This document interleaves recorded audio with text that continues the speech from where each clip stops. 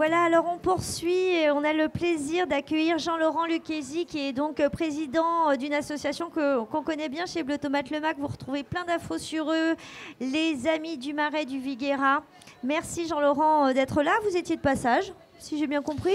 J'habite ici. Ah bah voilà, il venait faire acheter son pain et puis bing, il s'est retrouvé là sur le plateau. Et découvrir les collègues associatifs.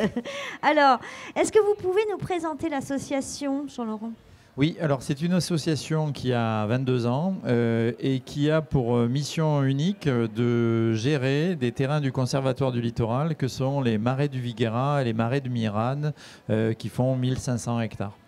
Alors, est-ce que vous pouvez nous parler un petit peu de ces zones humides, leurs spécificités ? Alors, ce sont des zones humides du delta du Rhône qui sont sur la partie ouest, ce qu'on pourrait appeler la Camargue orientale, entre Arles, Port-Saint-Louis et Saint-Martin-de-Crau.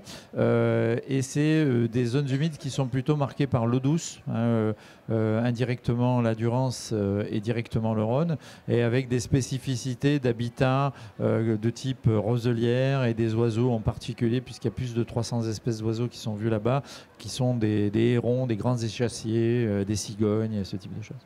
Alors, depuis 22 ans que l'association existe, quel constat vous faites aujourd'hui? Comment vont les marais? Alors les marais du Viguera, déjà on est une association un peu particulière parce qu'à la fois on est gestionnaire d'espaces naturels, donc on répond à la commande publique du Conservatoire du Littoral, mais d'autre part on a un projet associatif qui est lié au développement d'une activité économique, je dirais même de deux, qui est le tourisme nature et le maintien des activités agricoles compatibles avec l'environnement, ce sont essentiellement des éleveurs, et d'autre part on a un projet social qui est aussi de créer une activité autour de nos activités, de créer des emplois pour les gens du territoire, en particulier puisque nous sommes proches de Mastibert, mais aussi en particulier d'Arles et de Saint-Martin-de-Crau. Quel type d'emploi vous pouvez créer? Tout type d'emploi. On a des gens qui s'occupent de la protection de la nature. J'ai l'habitude de dire qu'au Marais du Viguera, il y a des docteurs en sciences et des gens qui sont analphabètes. Donc il y a tout le type de métiers qui vont à la fois des métiers de l'environnement, de la recherche, de la gestion, mais également de l'accueil du public, de la découverte, de l'animation, mais aussi de l'entretien, de la gestion pour l'entretien des clôtures, des chemins, des sentiers, de la lutte contre les plantes introduites, etc. Et bien sûr tous les métiers de la régie qui vont de l'administration à l'entretien. On est sur une zone particulièrement vulnérable, ces zones humides, ou finalement assez résilientes? Je vous repose la question. En fait, quel constat vous faites? Comment vont les marais? Alors les marais vont plutôt bien, mais le constat, il est un constat global. Les zones humides aujourd'hui, et notamment proches de la mer, le sommet des marais du Viguera, c'est 1,20 m au-dessus du niveau de la mer, et sont soumis aux fluctuations du climat, et donc aujourd'hui dans le cadre du réchauffement, de la montée de la mer. D'autre part aussi on est en bout de réseau hydraulique, et donc on récupère toute l'eau qui est ressuyée sur l'ensemble du bassin versant des marais du Viguera.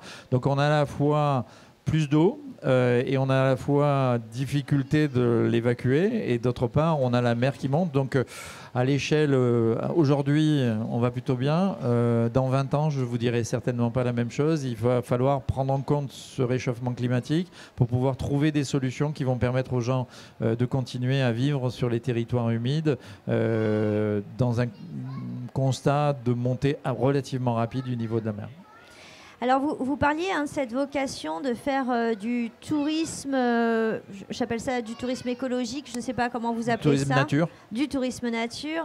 Est-ce que le public qui vient vous voir aujourd'hui pour faire ces sorties, c'est un public que vous trouvez de plus en plus concerné par cette question? Est-ce que vous avez de plus en plus de demandes? Est-ce que sensibiliser, quand les gens viennent faire une sortie avec vous, ils ressortent de là, hop, ils se sont transformés, ça y est, ça a été la révolution verte.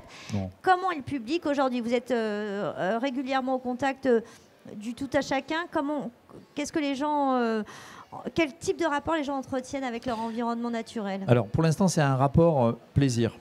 C'est-à-dire se retrouver, je dirais, dans l'Éden perdu. Hein. Ouais. On va retrouver la nature, les taureaux, les chevaux, des milieux naturels, des oiseaux, etc.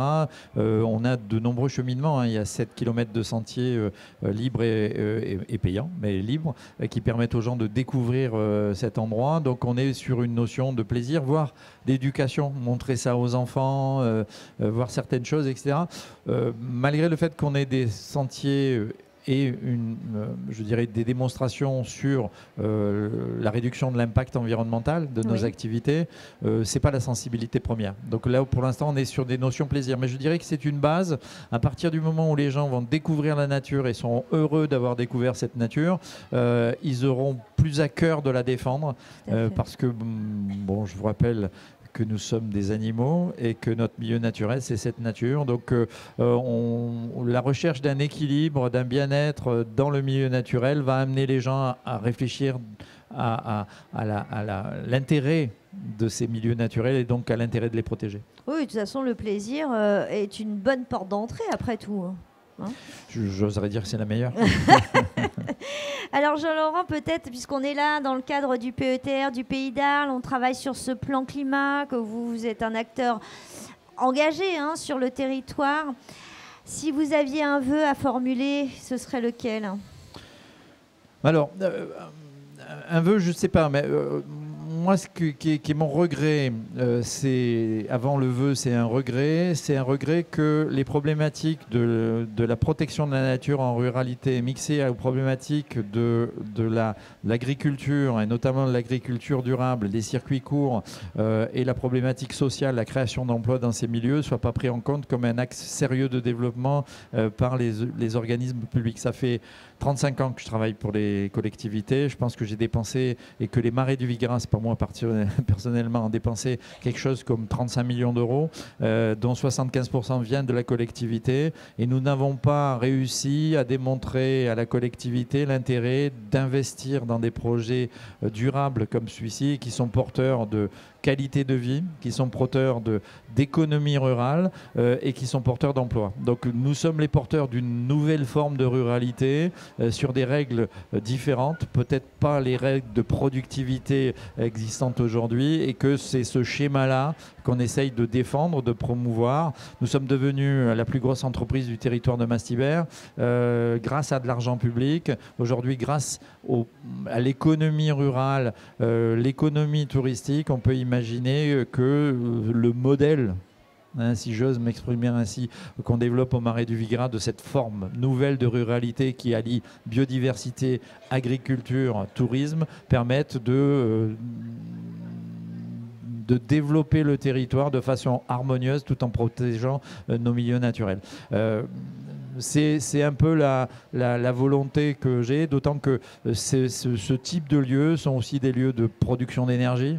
Nous produisons notre énergie depuis assez longtemps et on continue à la produire sur les toitures de nos bâtiments, sur les toitures de nos parkings avec des éoliennes. On peut aussi, à travers ça, gérer les inondations, aider aussi et participer à la gestion des inondations. Je pense que le potentiel de projets de biodiversité sur le territoire est beaucoup plus grand que la place qu'il prend dans les préoccupations des territoires actuellement. Et mon souhait, c'est que justement cette évidence d'une nouvelle forme de ruralité dans un territoire comme le Pays d'Arles, qui est un territoire rural d'une richesse extraordinaire.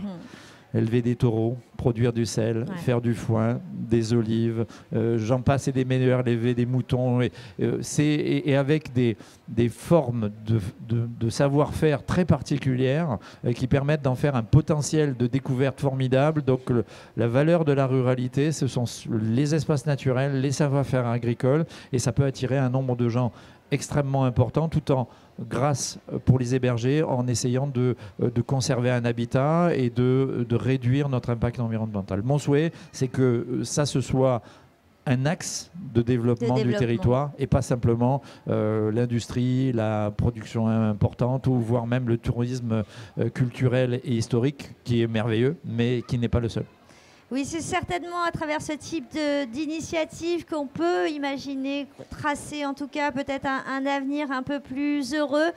Merci beaucoup Jean-Laurent d'être venu ici pour témoigner. À tous, allez vraiment vous balader sur les sentiers des Marais, c'est magnifique. On trouve les infos sur internet, sur Bleu Tomate, le Mag, partout. On vous dit à très bientôt. Merci beaucoup. Et bien, je crois qu'on clôture voilà, cette matinée à Saint-Martin-de-Crau où nous avons rencontré de nombreuses associations qui nous ont apporté leur constat, nous ont raconté ce qu'ils voyaient au prisme de leur mission et de leurs activités. Tout ça sera bien noté par les équipes du PETR qui sont derrière les caméras, mais qui sont là depuis ce matin, très tôt, à l'œuvre, et qui n'arrêtent pas depuis des mois. On les voit travailler, on les salue. Merci l'équipe du PETR du Pays d'Arles, Forum des associations à Arles. Voilà, dimanche 18 septembre. À dimanche.